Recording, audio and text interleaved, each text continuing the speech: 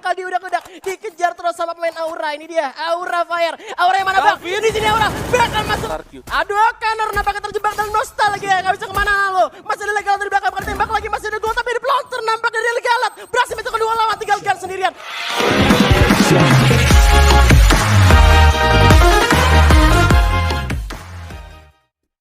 Runway to 0, clear for takeoff. Clear for takeoff, runway to 0.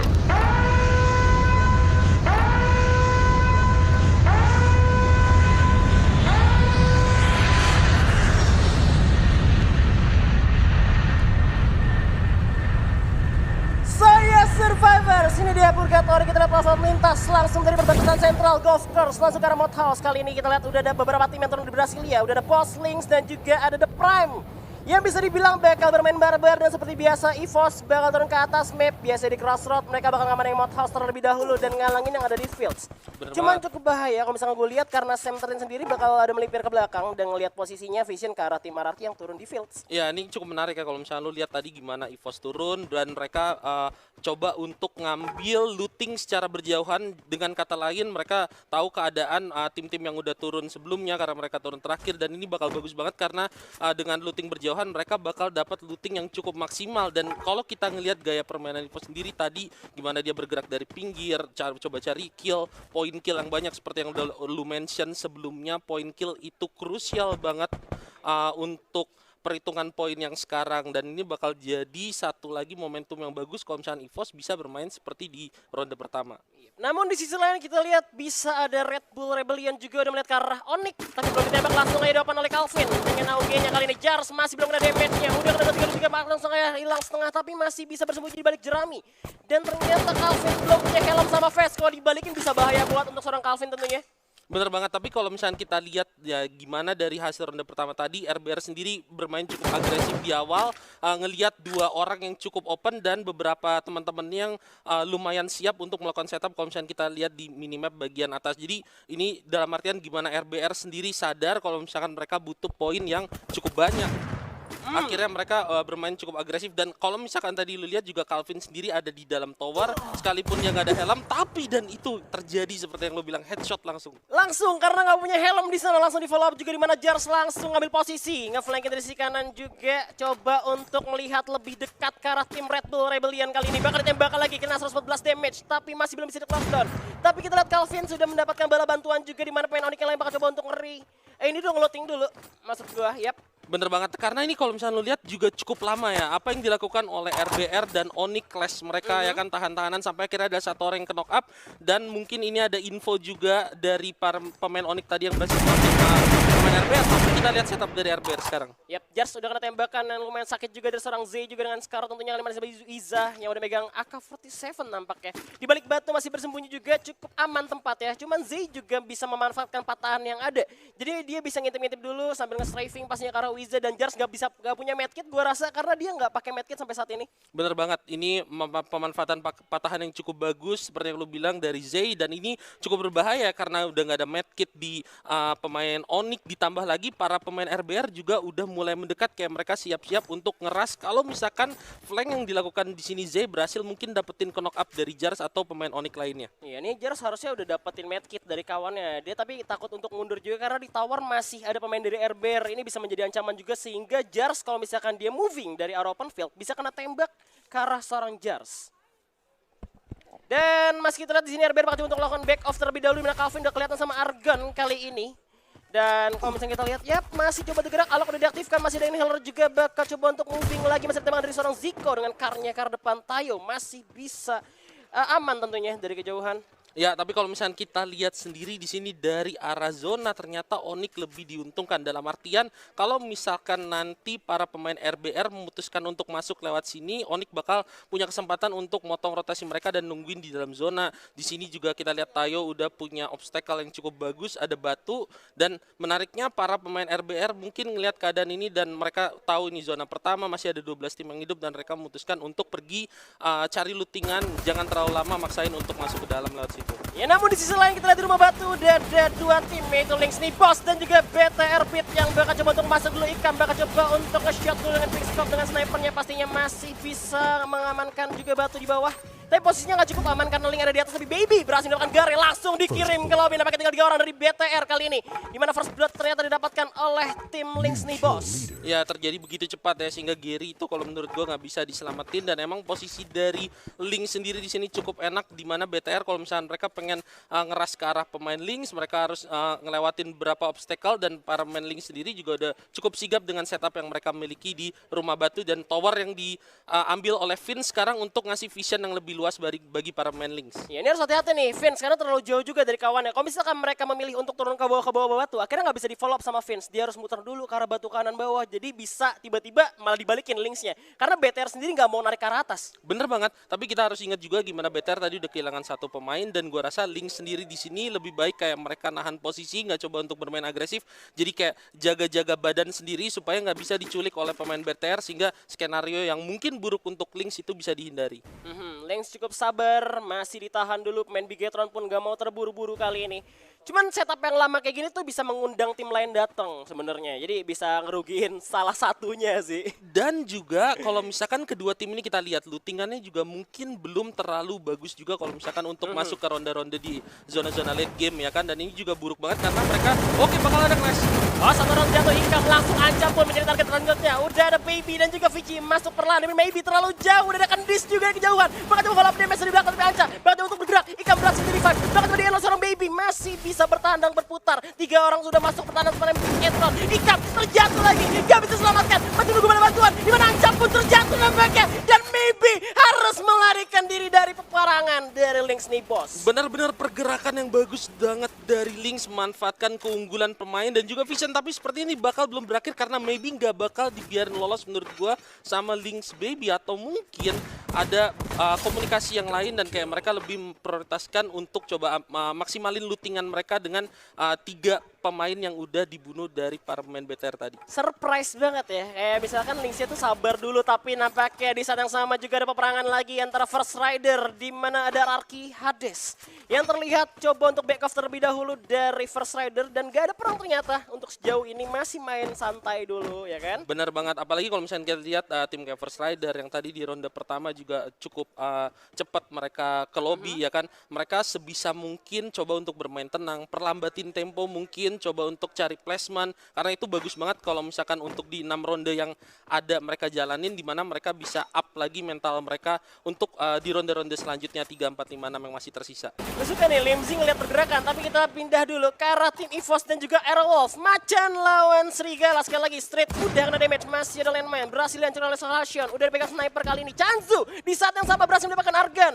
Lagi perang lagi di mana-mana, terjepitlah mereka. Tapi kita lihat tampaknya EVOS terpojok, bakal coba untuk dikejar oleh sang Serigala Aerowolf, di mana Black udah terlihat oleh seorang Mr. 05, masih ada gol cukup baik. Zona mulai menggigit, tapi ternyata bakal dikejar terus sama Aerowolf. Bakal dibalikinkah oleh EVOS yang baru aja buyah tadi? Mr. 05-nya balik ke arah 3 pemain EVOS, dan mungkin ini bisa jadi turning point buat EVOS kali ya. Zonanya masih belum sakit-sakit banget, jadi masih bisa dibalikin banget kalau misalkan lu main perang di dalam zona. Ini bisa menjadi ancaman juga untuk tim Aerowolf, juga ternyata bakal ditembak, tapi Sem13 berhasil dijatuhkan. Tinggal 3 orang dari EVOS, Abu Street, Mr. 05, tinggal 2 orang lagi. Aerowolf mulai membabi buta, tinggal Mr. 05, habis buya, terbit satu, tapi kita lihat masih tersisa, tersisa masih coba untuk dihajar lagi, tapi ternyata EVOS berhasil dieliminasi di posisi ke-12.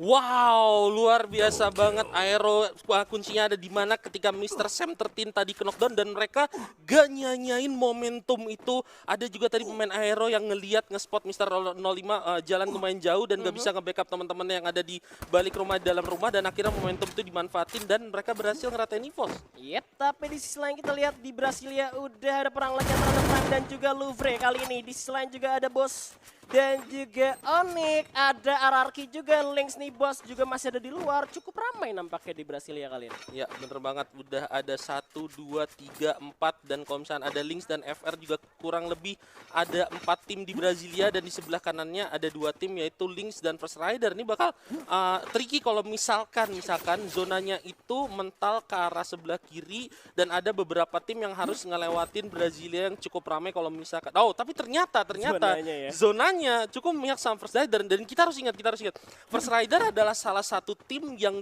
cukup baik kalau misalnya mereka dapat zona yang kayak gini. Kalau nggak salah di Free Fire Master League mereka pernah ngamanin satu tempat di factory dan mereka stay di situ, mereka dapat equipment yang bagus dan mereka berhasil dapetin Booyah. Iya, gue ingat waktu itu juga memang bagus banget untuk penempatan posisinya di dalam zona-zona terakhir. Namun kalau misalnya kita lihat kali ini masih ada 11 tim dengan zona yang bisa dibilang sudah mengecil. Dan Louvre bersama The Prime kali ini masih belum selesai juga peperangannya karena di sini The Prime pun masih melihat tim Louvre yang masih menembak ke arah atas. Sedangkan kalau misalnya gue lihat posisi sebenarnya masih lebih enak ke arah The Prime ya. Kalau misalkan mereka nggak mau maksa untuk masuk. Iya bener, tapi kalau gue gak salah mereka juga harus hati-hati karena di sekitarnya ada tim yang lumayan dekat sama mereka dan kalau misalnya mereka nahan lama-lama kayak gini mereka bisa jadi korban third party. Kalau menurut gue ini juga salah satu hal yang harus diperhitungkan karena zonanya tadi juga udah kelihatan bergerak ke arah kanan. Mungkin mereka bisa mutusin antara mereka mau jalan atau enggak, tapi satu orang main The Prime di situ udah di knockdown. Oke, bakal coba untuk merebut teritori. Nampaknya kali ini di The Prime udah set up 2 orang Dix dan juga satu pemain lagi di sebelah kanan atas. Di mana udah program ada flashbang juga dilakukan. Udah ada keluhan cukup baik dari seorang Dix juga Limzy. Backup fire yang cukup baik. Jay berhasil dijatuhkan. Nampaknya dengan granat satu orang pemain dari The Prime. Udah tembak lagi dari Prime. Nampaknya diberikan shotgun yang masih belum bisa. Tembakan balasan. Masih bisa dijatuhkan. Keluar yang cukup baik tapi nggak bisa menyelamatkan tim Louvre pun harus tereliminasi di posisi ke-11.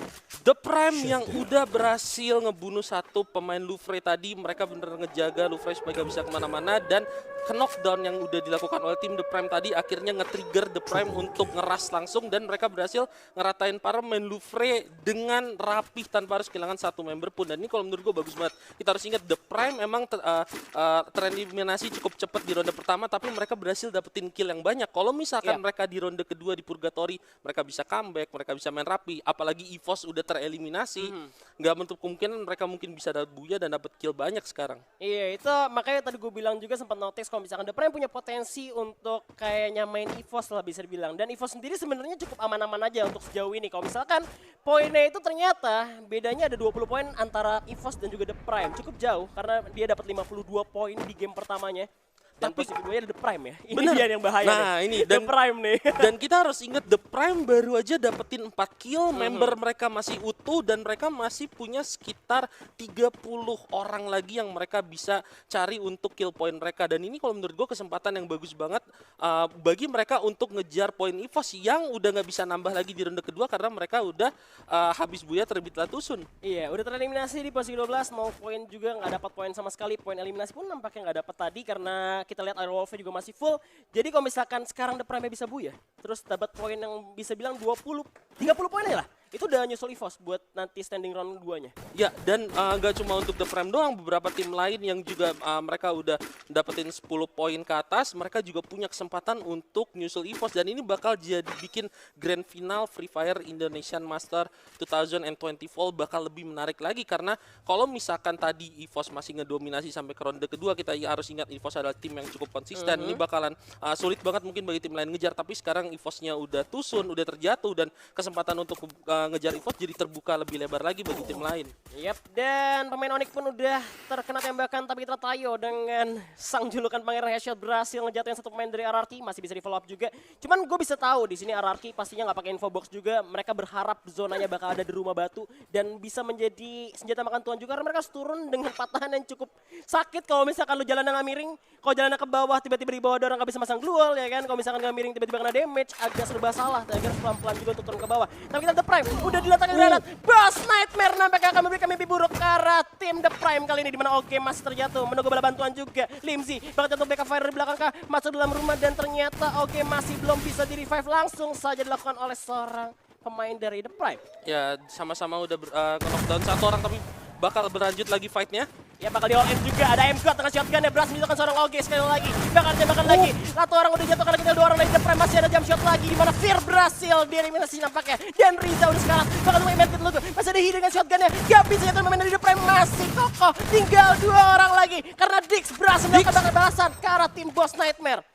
Wow, dan kita lihat sekarang ada perang antara Riza, Emgat dan juga Dix ya. Ini lumayan oke banget menurut gua, di mana para pemain The Prime tadi memutuskan untuk melakukan shutdown langsung supaya poin kill mereka nggak hilang kalau misalkan pemain yang melakukan knock itu dibunuh ya. Dan sekarang 2 lawan 2, The Prime-nya sendiri ada di luar rumah dan mereka punya kesempatan yang cukup enak untuk ngepung. Tapi kita harus ingat di atas ada tim yang bisa aja potensi mendekat ke arah para pemain boss dan juga The Prime. Ini dia Dex, clutch or kick, tapi ternyata langsung di kick. Langsung aja di posisi ke-10-9. Tinggal Big Gatron Beat pun menyusul karena maybe pun terjatuh. Tinggal 8 tim tersisa karena ada pelontar dari Guns tampaknya yang coba menentukan lawan. Lajar karena tim RBR kali ini. Masih diambil dari Pio, tapi kita lihat Guns dengan pelontar lagi mendapatkan korbannya. Pio nembak lagi ke atas. Dapat satu lagi seorang Z berhasil dijatuhkan. Masih ada camping lagi. Ada golan cukup banyak. Kita lihat tadi harus dilakukan oleh seorang Pio. Bergerak sebelah kanan. Coba untuk jump shot lagi, predict shot ke Free Fire aja. Tapi kita lihat ternyata ada Calvin yang tidak sendiri dan bakal diudak-udak. Dikejar terus sama pemain Aura. Ini dia Aura Fire. Aura yang mana bang? Di sini Aura bakal masuk lagi dan Red Bull Rebellion berhasil eliminasi di posisi ke-8. 2 kill untuk pria idaman wanita atau Piu. Benar-benar mantap banget apa yang dilakukan Aura. Sekalipun mereka harus kehilangan 1 member mereka, tapi mereka berhasil ngematahin setup dari RBR dan dapetin 4 kill. Sekarang kita lihat di sini ada Aero ya kan yang udah masuk ke dalam zona dan ini posisi yang cukup bagus sama mereka. Tapi di sisinya kita harus lihat ada RRQ dari sebelah kiri dan juga First Rider dari sebelah kanan yang masih komplit. Iya, Lynx nih bos, udah aman-aman aja di rumah batu. Tapi kita lihat Aerowolf, langsung ada pelontar. Duar, gak kena siapa-siapa. Sekali lagi, Duar, masih ada gol yang dihantam oleh seorang back. Ada Groza, ditembak kayak langsung. Masih belum bisa memberikan damage karena Lynx masih cukup aman. Tapi kita lihat di luar masih banyak banget tim yang tersisa karena masih ada 7 tim lagi kali ini. Ya ini kalau nggak salah rumah batu di awal yang dimana para pemain Lynx tadi itu udah berhasil ngebunuh beberapa orang ya dan dapetin kill point dan mereka cukup lama bertahan di sini ya kan dengan perlengkapan yang mereka punya. Dan ini kalau menurut gue bakalan cukup sulit kalau misalkan mereka bisa diserang dari berbagai arah ya. Tapi kita lihat di sini sepertinya Lynx dari juga udah melihat para pemain RRQ dan nggak langsung nyanyiin kesempatan karena udah ada zona juga yang ngejar RRQ dari belakang dan mereka coba untuk memanfaatin kesempatan itu. Gua suka nih zonanya keluar semua, jadi harus pada turun dari rumah batu juga pastinya karena Lynxnya masih bertahan di balik blue wall yang udah dibikin apartemen juga sama pemain The Lynx nih bos kayaknya. Tapi di luar ada M Souza dari First Rider berhasil menentukan lawan dengan pelontarnya tentunya. Dan kita lihat Joker masih ada M Souza lagi, masih dishotkan oleh Candice kali ini masih belum bisa dijatuhkan. Dimana Deadly, ini snipernya berhasil mendapatkan Souza dari First Rider, tinggal 2 orang dari lini bos, tapi masih bisa bertahan. Kumpul semua sini, gelut kita ayo. Tapi kita orang dari Aerowolf, tampaknya dia oleh RRQ mulai masuk ke pertahanan lawan, satu persatu dijatuhkan. Karena kita lihat ada Chansu dari belakang, coba tolong backup fire, dimana Aerowolf terjepit, nampaknya nggak bisa kemana-mana. Masih ada Legalot lagi, sang kapten terkuat dari bumi. Masih ada Jans yang tersisa dari Aerowolf, tapi kayak bakal di all in oleh RRQ dan Aerowolf Pro Team. Harus tereliminasi di posisi ke-5.